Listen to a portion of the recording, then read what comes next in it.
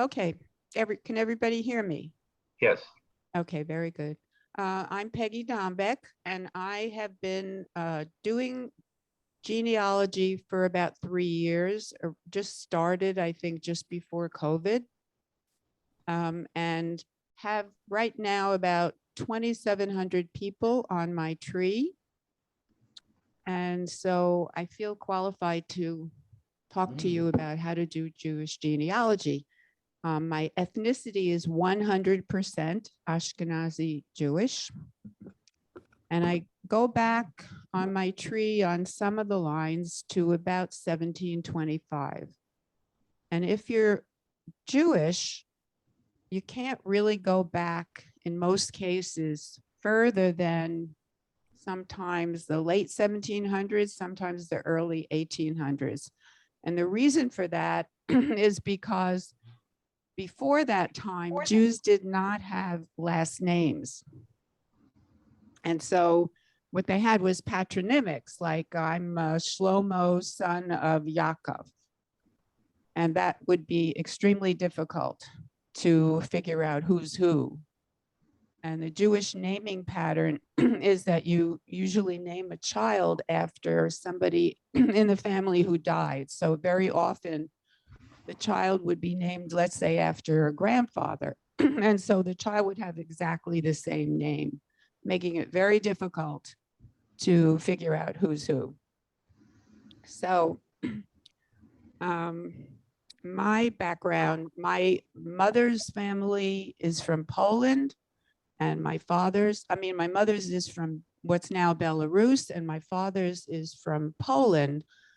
But when you're going back in time, they all came from the same area, which was at that time, and from about 1795 until World War I, it was all part of the Russian Empire.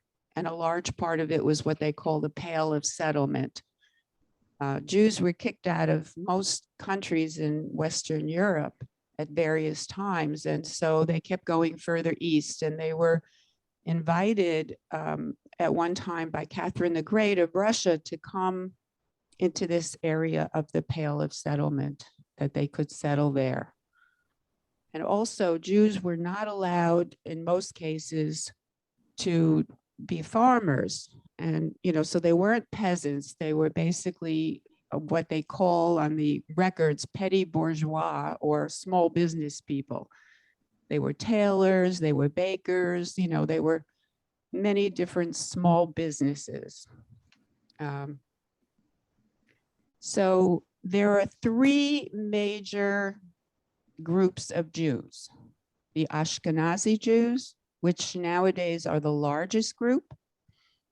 And again, of the people who are here in the audience, and even the people maybe who are on Zoom, if you are an Ashkenazi Jew, would you raise your hand?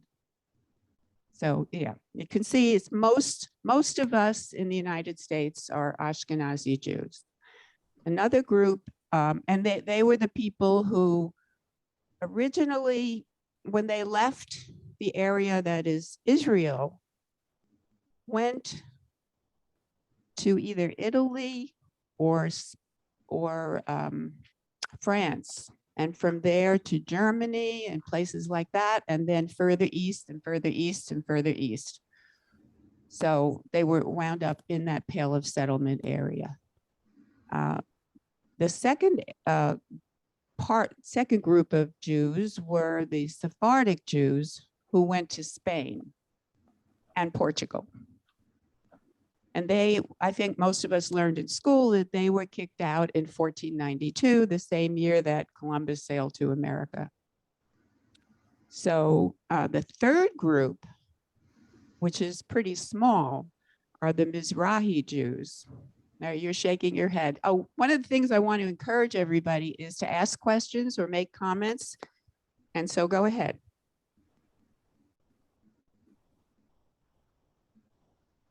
Mizrahi Jews, which means Jews who lived in Arab countries, or so it's Yemen, Iran, Iraq, what's now Syria, parts of Turkey, some parts of the Caucasus. They are the majority in Israel. And the question then becomes, what do you count as majority? But there were, in 1948, there were 800,000 of them. And so I don't know that they're a minority. They're a major. I believe still compared to Ashkenazi Jews, yes, still. But I always wondered why the Israelis have a certain look, and that's why, because they're Mizrahi Jews. They were also called Oriental Jews.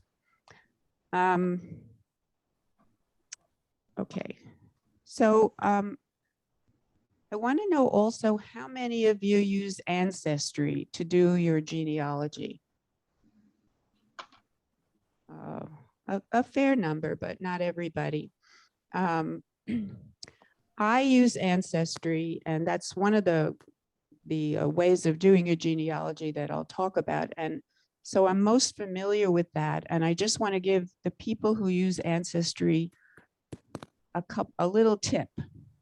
I'm not sure if the other websites do the same thing, but something that I didn't realize until much later on, but it's better to know it right away and use it, is that on the profile page that you have for each person, right below where it has their name and their birth date and their death date and that kind of information, there's a little plus sign with something that looks like a tag you would have on a piece of clothing that you were buying. If you click on that, it opens up a whole big dialog box where you could tag that person with different either custom made or what they supply as, what's the word? Ways of identifying them. So for instance, you could tag them as an immigrant. You could tag them as a direct ancestor. You could create a tag for the town they came from. So that later on, if you wanted to, let's say, look up all the immigrants, you would easily be able to do that. And it's really nice to do it right in the beginning when you're creating your tree, rather than having to go back and do it later on. So,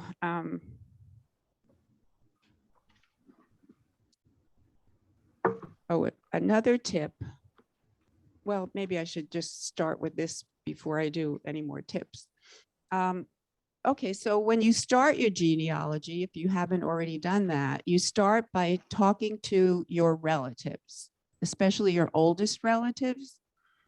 And so I would say about half of what I'm going to talk about applies to anybody doing genealogy, whether they're Jewish or not. So that picture over there is a picture of my mother's family, and my mother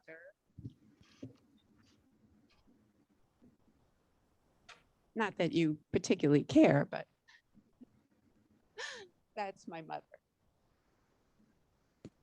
And that's my grandmother, my grandfather. So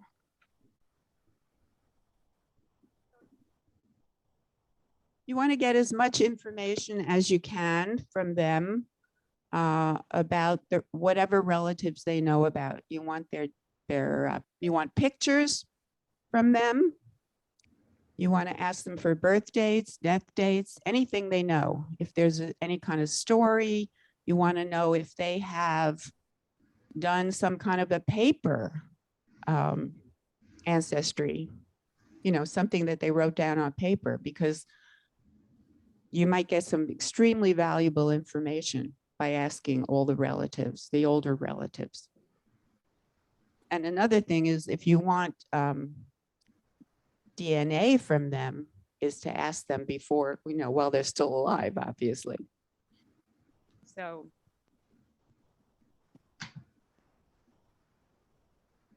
you start the tree with yourself, and then you work backwards, and then you can also work forwards. Once you've established, a kind of a skeleton tree, you can put in the children of the people you found.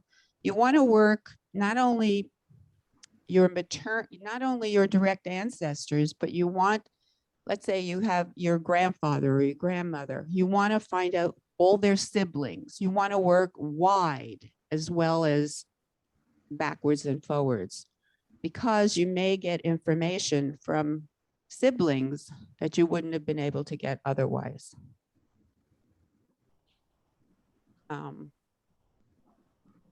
Okay, so next slide, please. Good.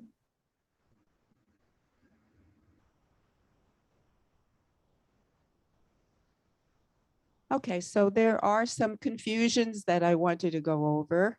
I've spoken to lots of people about doing their tree, and they talk to me about DNA, and they don't realize how important it is to create a tree. Even though it's a lot of work and you have to put a lot of time into it, we're retired and most of us have the time to do it if we want to. So DNA is not a substitute for a family tree. DNA is really nice to find some relatives, and especially if you're adopted, it's very important. But the most important thing is to create a family tree. Another thing to be aware of is that governments change. So I'm giving Poland as an example. From 1560 to 1795, it was called the Polish-Lithuanian Commonwealth. In 1795, no more Poland. There were many partitions. In 1815, it was Congress Poland, a client state of Russia. In 1863, from 1863 to 1918, it was the Russian Empire. And from 1918 on, it's been Poland. So in most cases, when you're doing Jewish genealogy and you're looking backwards, you're going to be talking about the Russian Empire. So, question?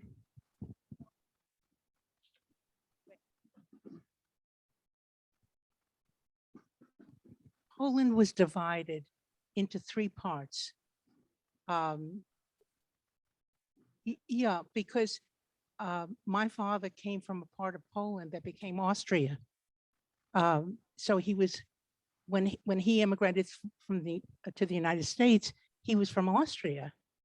The southern part of Poland became Austrian. Catherine the Great needed a warm water port, and she and the Emperor of Poland and Germany divided up Poland.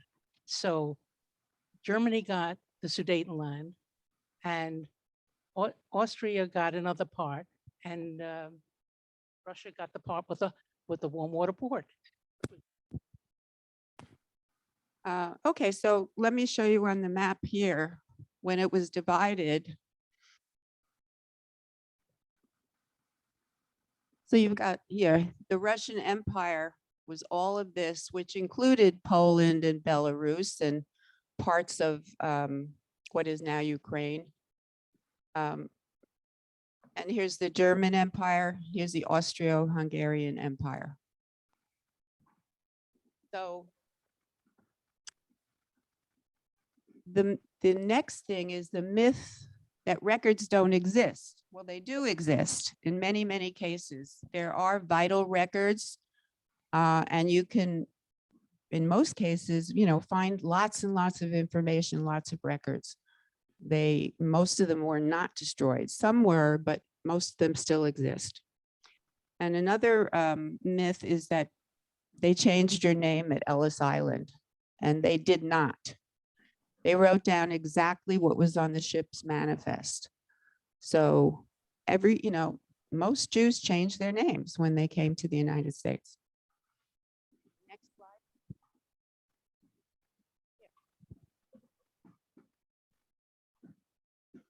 A wonderful source of records for Jews is Yad Vashem, because they have community records for Austro-Hungarian, which is what Ukraine and the southern Poland was, and they have the one drawback is you have to be able to read Hebrew for some of them, not understand Hebrew or not understand Yiddish, but you have to be able to read it because a lot of the community records were written in a Hebrew script. But there are community records for all of European Jewry at Yad Vashem to the extent that they have it. And it's all online, so it's easy to get to, but you have to work through their websites. Okay, yeah, I'll be talking about lots of different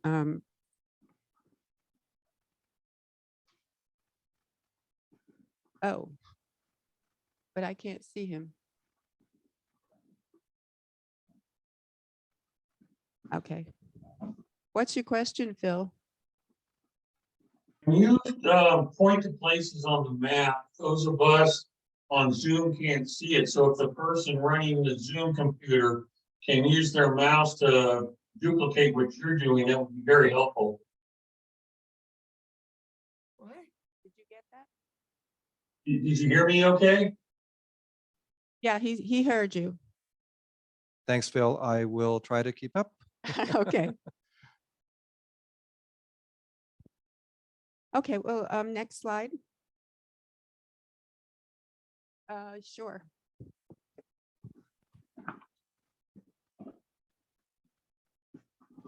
You mentioned name changes, and although my family is not Jewish, they do come from the same kind of area. And so they were Austrian, and it was written in the, I'm sure in the ship records just fine.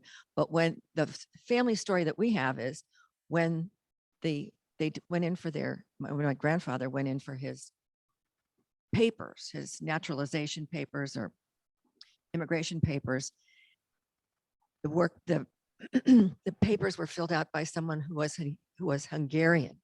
So he spelled his Austrian name using Hungarian, way of doing it. So you might be looking for somebody, just all those people shared a variety of languages, and you might, even in the United States, you might find it had changed just for the reasons like that. It got changed again. It's to an American more name, but it's different. Well, going along with that is if you have various names for somebody, which I know my grandmother, I must have had 5 or 6 different names, first names, and 5 or 6 different last names, try them all. That's what you do. And I don't know if it makes any difference, because most people, like if they were talking about Poland today, today's Poland, they would write that the person came from Poland. But if I was talking about somebody from, going back, I always wrote Russia, or you can write Russian Poland, because I thought I might get more information that way than just calling it Poland. So I'm not really sure whether it makes any difference or not. Okay, so where do you build your tree? So I wrote down 4 different web-based companies that people are most likely to use. The first one is Ancestry. They do charge, but I always buy it when it's on sale. It goes on sale various times, usually during a holiday or something. And you got to keep your eyes open looking for it, and you'll save a lot of money. It's also free if you do it at the Sonoma County Library. You can do it for free. But if you want to do it at home, you have to pay. You can actually create an Ancestry account without paying, but you won't be able to find very much information. It is the largest database, and that's one of the reasons why I chose it. It has the most people who have created a tree. They also have what's called the Ancestry Academy, which has a lot of tutorials about how to do things on Ancestry, and you can use that. You can go to ancestry.com/Jewish and get a lot of information from doing that as well. And of course, you can just, put in individual names as well. I started actually with Family Search, which is free. And they do have a wonderful wiki, which you can use to put in all kinds of information that you're looking for and get a lot of results. But I didn't stay with Family Search because I wasn't thrilled with the way it looked and the way it was set up. And I went to Ancestry and I just found it much more helpful and totally worth the money. At one point, I also created my tree, a little bit of it on MyHeritage. And the reason I did that is because they have more people from Europe and from Israel on MyHeritage. And I did get some more fourth cousins and things like that, but nobody close. So I stopped doing that. And then Find My Past is oriented towards Great Britain. And both MyHeritage and Find My Past and Ancestry do charge a fee. Eventually, one of my relatives said, well, what if something happens to Ancestry and you lose everything? So I got nervous and I went and purchased Family Tree Maker, because the difference is that the Family Tree Maker, Reunion, Roots, Magic, and Legacy that I have down on the bottom of that slide, the information is located on your computer, not up in the web, in the internet somewhere. It's on your computer. So if anything should ever happen to a web-based program, you still have it on your computer. And I chose Family Tree Maker because I have a Mac. The M means Mac, that I have in parentheses, and the W means Windows. So that will tell you which ones work on Macs, which ones work on Windows. So I chose Family Tree Maker because they sync really well with Ancestry. So, well, they have a sync thing on there, and every time you do something, you can sync the two of them together. And they do recommend that you do that very often. So next slide, please. Unless there are any questions about these programs. Okay. So the documents that you're going to look for immigrants. Census document first. Extremely helpful. Look for the immigration year, the naturalization status, that's all on the census. Children's birthplace, which might, if you're looking for the town that your people came from, you might get more information there. But the best one, and oh, by the way, census.gov, you can also go to directly for free with instead of going through a web-based program. So naturalization documents, they are like gold. They're full of information. And you especially want to get the birthplace, because the naturalization document will usually tell you the town that the person came from. So in case you didn't know that, that's a great place to get that information. So naturalization, and I have the next slide shows the naturalization document much larger, so you might be able to see it better. But both the naturalization document and the passenger list usually or very often have more than one page, because the naturalization process has several documents.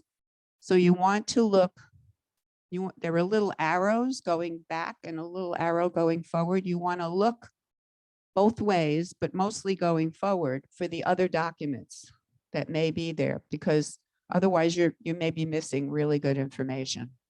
And that's another thing that's really good to know in the beginning, so you don't have to go back and do it later. So passenger lists, often more than one page. Find the birthplace, find other people that may have traveled with them. Read all of these documents. You want to read the whole thing. You always want to look for the original document.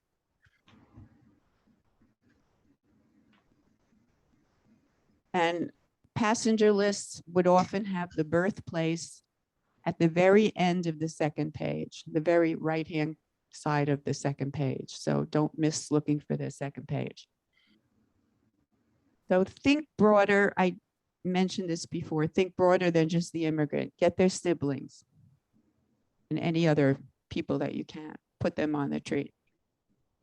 Next slide. So this is my grandmother, Pauline Weissman, her petition for naturalization. So I hope you can see that. It gives her occupation. It tells where she came from. Her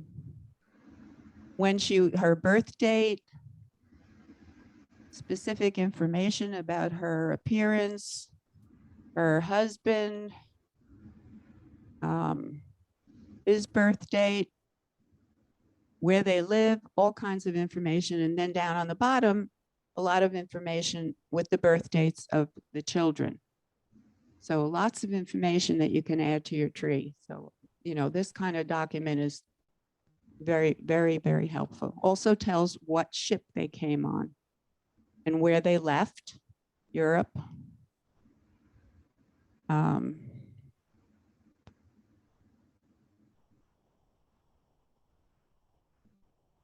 You don't have to do that. If you're like on Ancestry or one of the other things, you will. One of the things I love about Ancestry is it gives you hints. And often a hint will be a naturalization document. So you look at the hint and you have to decide if that is accurate. Because let's say your name is Paul Cohen. Well, there's a million of them. So you may get hints for the wrong person. So you have to verify it. You know, by if it also talks about Paul's wife and his children, then you know if it's the right person or not. You know, it's that kind of thing where you try to verify all the information that you have. And there's a lot of information on the for people's trees, on Ancestry, on MyHeritage, on all of them that's incorrect because the people haven't verified things. So you try to be really like a good genealogist and get information from more than one document. Yeah, well, Alice, yeah, that's another thing which I will mention a little bit later. So yeah, there's many, many websites that will give you information, but Ancestry pulls a lot of them together and you can get information from a lot of these other groups on Ancestry as hints.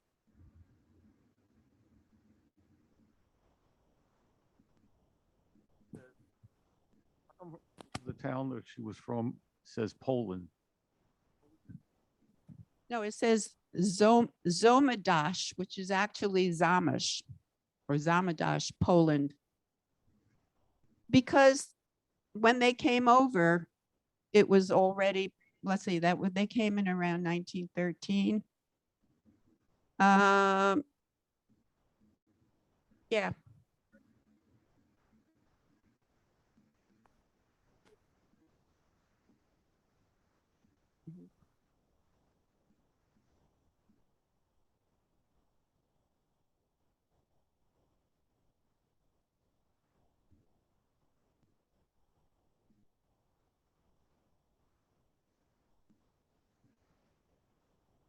Well, most of them I know on the census usually says Russia.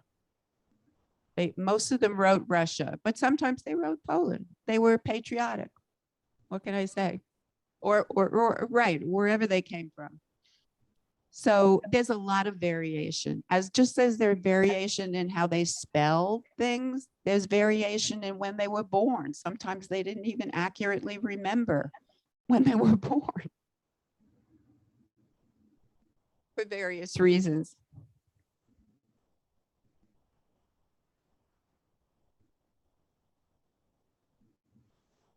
Right, right. That could vary. So sometimes you don't find the exact date, but you know, you have a pretty good range. Okay, next slide. Okay, Jewish resources. The most important one is Jewish Gen.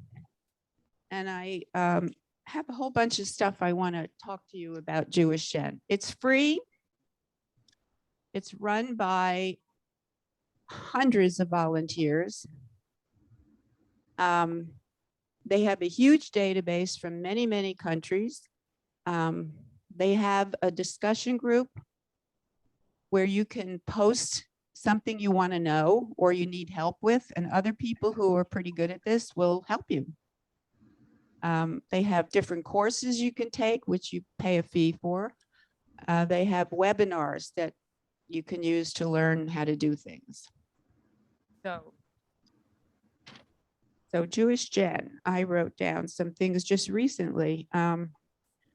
I just got on there this morning and I was shocked because I hadn't been on it for a while. It's completely redesigned. It's terrific.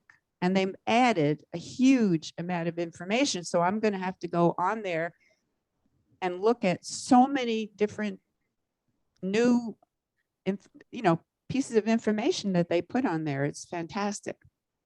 And it's very easy to get around it. So, Peggy, Peggy, can I interrupt for a minute? yeah.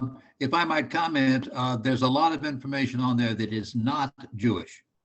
So if your family comes from those regions, try that database because you're going to get a lot of information that will be useful. Okay. It covers, Jewish Gen covers most of Europe, Eastern Europe, Syria, South Africa, Israel, United States, Canada, Latin America. They got everything on there. I mean, it's amazing. So let's see. Oh, they also have a way that you can connect you with other people who are looking for people with the same surname. And you might be related to that person. They have gazetteers to give you information about the town that your people came from. They have over 4 million Holocaust records, 4.2 million burial records. They have a Sephardic collection. They have Yizkor books, which were written after World War II from many, many different towns all over Eastern Europe. They have ViewMate, where you can post a document that you need to be translated, and somebody will help you and translate it for you.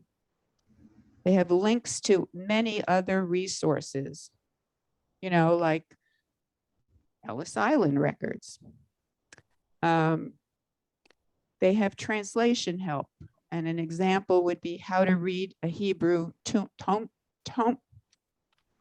headstone. Okay.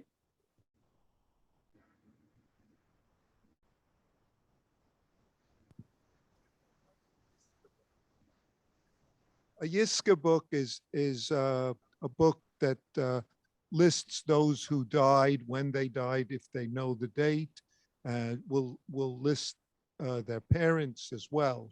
So in other words, it's a list of all the people that were killed in various towns and communities. Yiska is the prayer that was said for someone several times a year for people who died in Europe. They also give a lot of information about the town.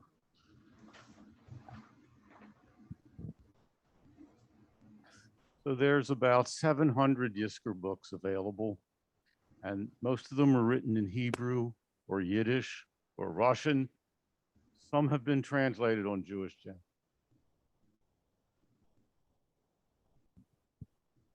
And it's a very interesting style, the way they write. It's not the way we would write something today. So it bears some looking at. Okay, so then we have, if your ancestors are from Poland, you're very lucky, because Poland has a website called JRI Poland, which means Jewish Records Indexing Poland. It's also free, run by loads and loads of volunteers. And they have a ton of records. They have indexed all the records from the Polish archives. So that's why I was able in Poland to go back to 1725. I couldn't do that in Belarus. I couldn't go back to more than maybe 1820. But Poland is a great place to get very good information going backwards. Jewish Facebook pages, there are quite a few. An example would be Tracing the Tribe. So there's also individual town pages. So there's a page for the town that my grandparents came from in Poland, the Zamish, the same place that was on the naturalization page. There are also Jewish DNA pages where you can get help with your DNA quest from other people. And then there are the Jewish, they're called JGSs, Jewish Genealogical Societies. There are many of them in the USA and all over the world, and they are fantastic for getting webinars that teach you how a lot of information, a lot of really good stuff you may not otherwise be able to learn about. I would say I probably listen to somewhere between 4 and 6 Jewish Genealogical Society webinars every week. I mean, they're a treasure. So people who are really, really good at genealogy have created many, many webinars. Next slide. And then there are these classes. Now, when I was beginning, I was lucky because Denise Beeson, who teaches at Santa Rosa Junior College, was giving a free older adult genealogy program right here in Oakmont. And I took all her classes and they were extremely helpful in teaching me how to do genealogy. She's still doing it. She doesn't live here anymore, but she does it by Zoom. And so you can sign up for her classes. They're part of the older adult program. They're not called genealogy. They're called discussion groups, I think. So, but if you see the name Denise Beeson, that's her, and that's the classes that she teaches. And so you can take them for free at the junior college and learn a lot. Peggy, the Yeah. contact information for that's on the website and was in our January newsletter. Okay, good. Okay. I've already spoken about Jewish Gen. YouTube videos, especially those of Krista Cowan from Ancestry.com on Jewish genealogy. And in a minute, we're going to show you a snippet from one of Krista Cowan's video on doing Jewish genealogy. And then there's the Mormon Church on Peterson Lane. If you have trouble and you need help, you go there and they have very, very good people who can really help you do your genealogy and point you in the right direction. Peggy, Yes. in the interest of trying to keep this down to an hour, I'm going to recommend we do the link to Krista Cowan on the website. Anybody who's interested in it. You've been doing a great job. I'd like you just to continue on with your own presentation. Okay. But yeah, when you get that link, really watch it. It's very helpful. Okay, so skip the blank one and go to the next one. Okay, so Holocaust Resources. There's Yad Vashem, which is a database from Israel with pages of testimony from people who knew firsthand somebody who died in the Holocaust and giving you information about them. There's lots of information on Yad Vashem. There's also USHMM, the United States Holocaust Memorial Museum. They also have a database with lots of information about the Holocaust. And then there's Arlson Archives, which is very, very good. If their information is about displaced people who survived the Holocaust who wound up in displaced persons camps. And my first cousin's stepfather was one of them, and I found information about him in the Arlson Archives.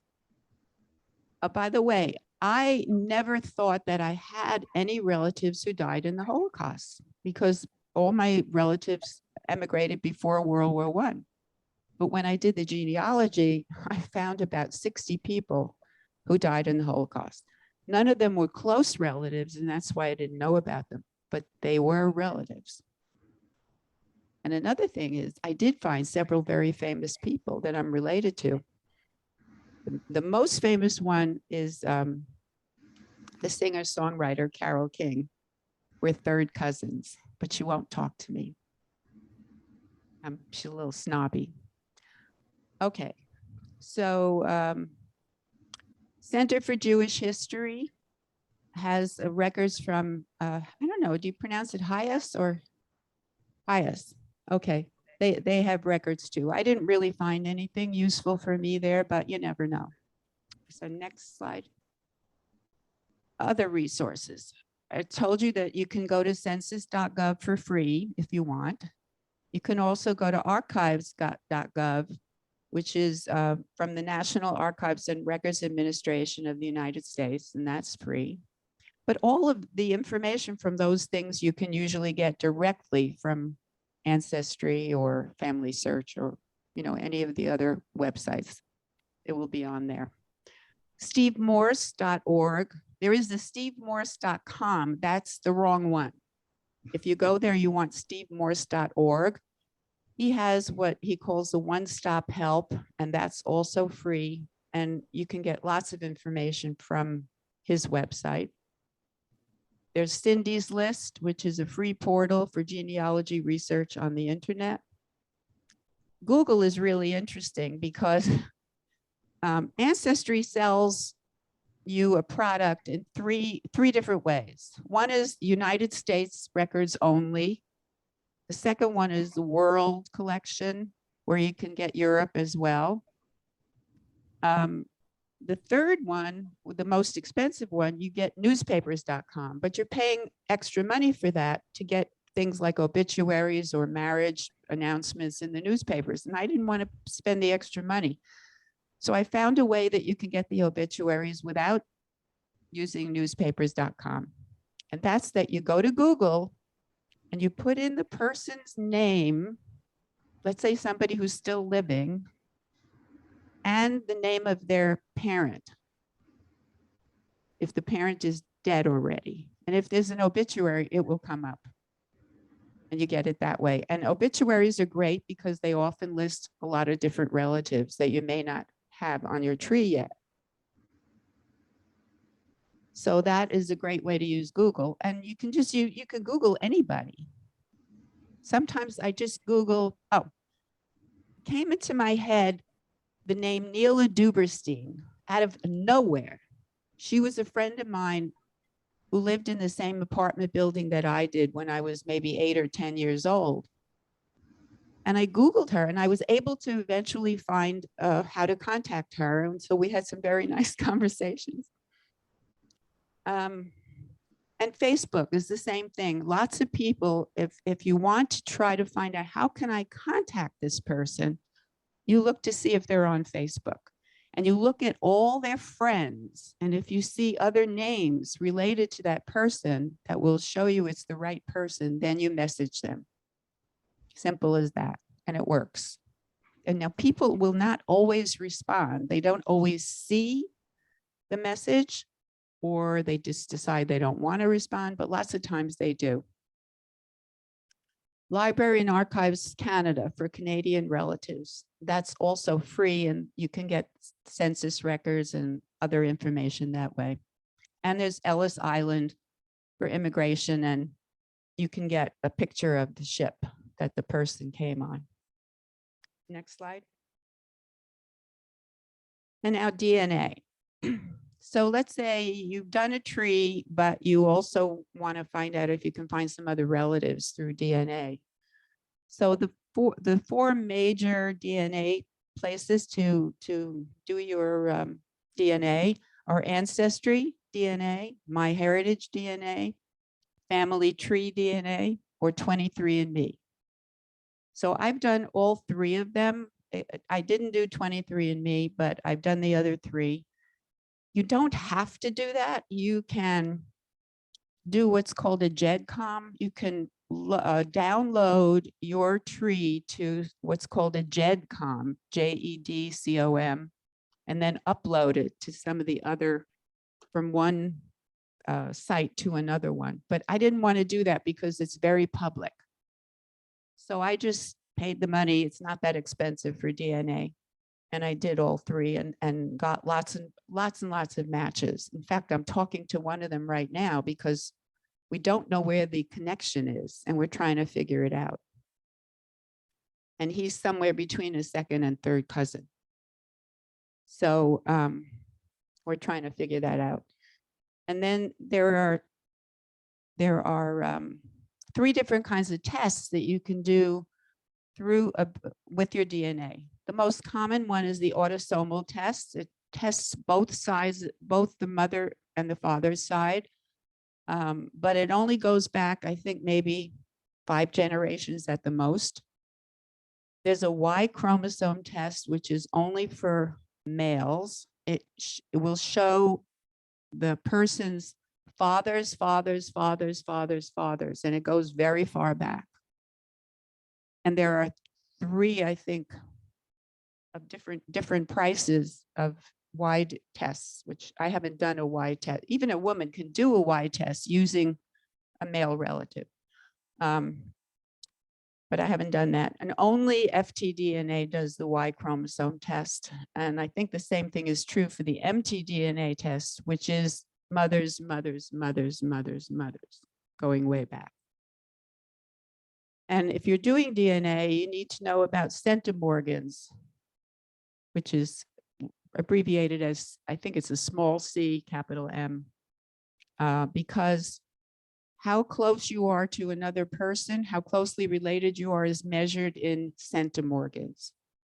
So the most people you should be most interested in are the ones who have at least 100 centimorgans in common with you. You want to know about those people. And also people who have a very large segment. They can have many segments, but it's the size of the biggest segment that's most significant. The next slide. There's a lot more to learn about that. So, final suggestion. Try multiple spellings for names and towns when searching Ancestry.com. Well, I've already talked about that. It's best to do only one tree. Some people create a separate tree for the mother's side and a separate tree for the father's side. Much better to put it all together. Do it all in one thing. When you have developed a tree, this is something I did. Try doing a Zoom meeting with your new relatives from each side. So I had a Zoom meeting a couple of years ago with my mother's side and with my father's side. And then I had another one for relatives in Israel. It was absolutely fabulous. Just about everybody who was invited came. They loved it. It was really, really nice. And just to tell you about the headstones will give you the Hebrew name and the person's father's name, which you might not have known the person's father's name. So you'll get that from the headstone. And then just enjoy yourself. You'll meet new relatives, enrich your life, and have a new sense of being rooted in history. So I'm not a religious person, but I feel way more Jewish ever since I did the genealogy. So it's been a fascinating ride, and it does take up a lot of time, and you have to be fairly detail oriented, but it is a wonderful experience. So thank you very much.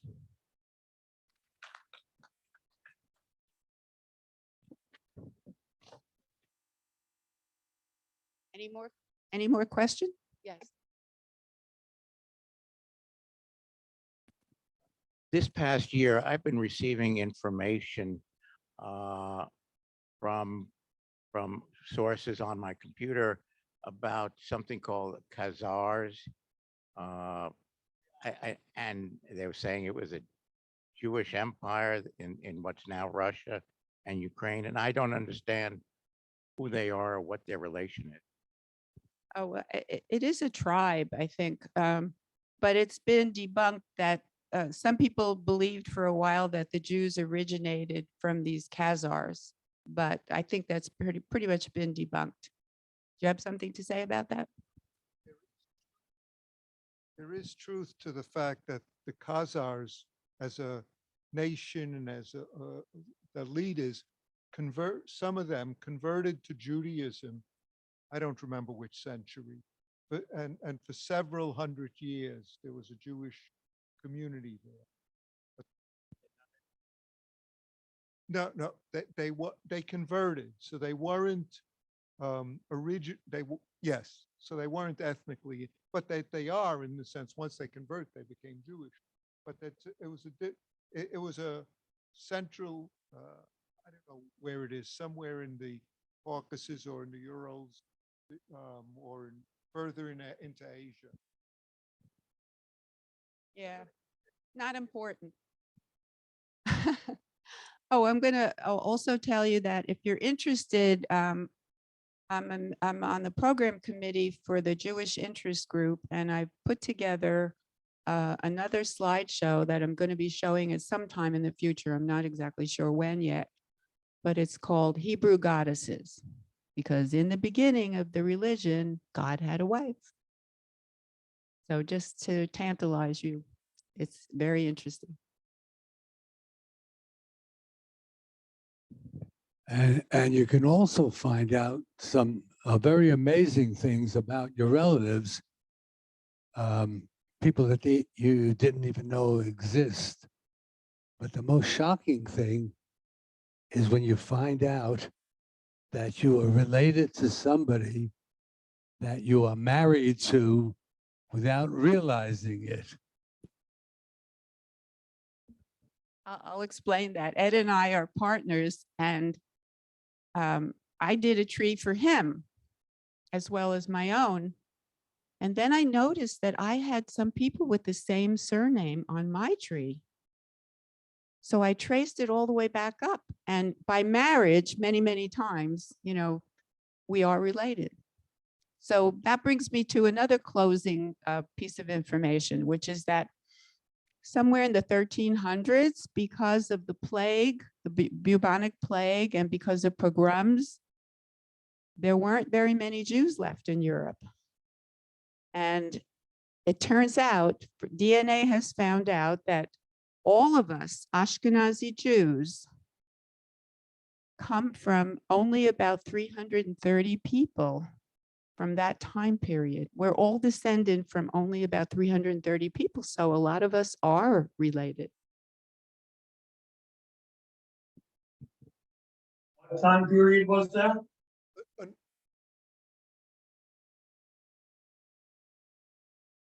I just wanted to say that though you could have your own individual family tree, you could also have a family tree. In other words, a family tree that the whole family keeps adding to. So I have a family tree that's 4 or 5 different families, and there's X number of people who have access to it, and they keep adding to it, so that the family tree goes back somewhere in the 1700s, but it has people adding to it on their own. So, Well, that brings up another thing about Ancestry, and I'm not sure about MyHeritage or the others, but on Ancestry, when you can invite people to see your tree. So you can invite them where they can look at it, but they can't change anything. Or you can invite them where they can make changes. There's 3 different, I don't remember what the third one is, but there's 3 different possibilities. So I've sent the invitation, which doesn't come from me, it comes from Ancestry, to probably about 40 people. So they've been able to look at the tree. Yeah. Any other questions? Oh. Can we show it, George, or can we show the video?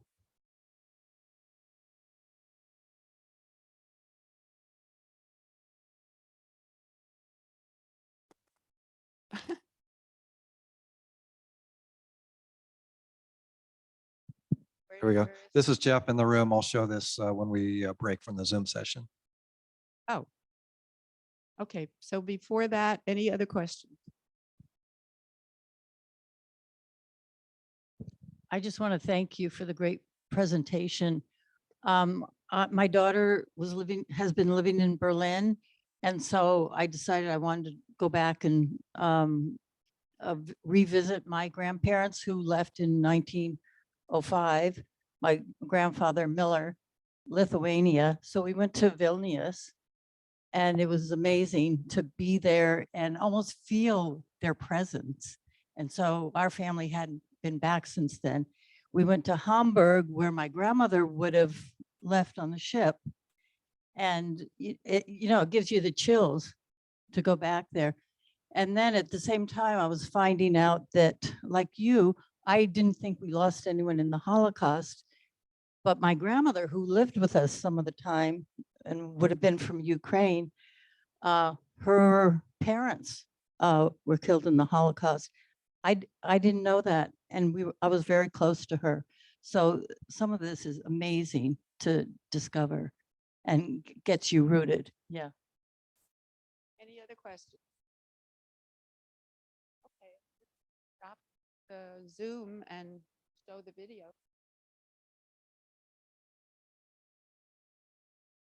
I think George is gone.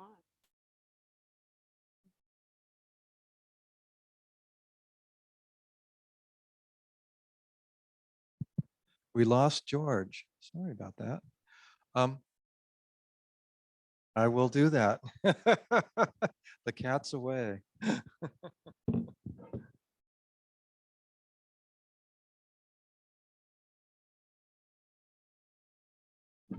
Krista Cowan works for Ancestry, and she does a marvelous job of in her videos. So I really like to. She's got a lot of videos on YouTube. She's called a barefoot genealogist, if you want to look her up on YouTube. And she's got all kinds of videos that have nothing to do with Judaism, but this particular one does. 40 years from now, or the researcher who's looking at our tree online tomorrow. If you've missed the first two videos, you're probably going to want to go ahead and watch them. The first one is called Genealogical Proof Standard and Overview, and the second one is the Genealogical Proof Standard, a reasonably exhaustive search. Today, we are talking about complete and accurate. He doesn't have the right one on there right now.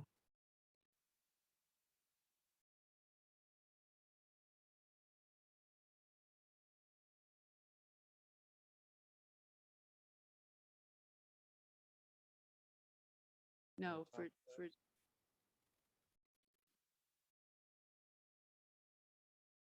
okay, I believe this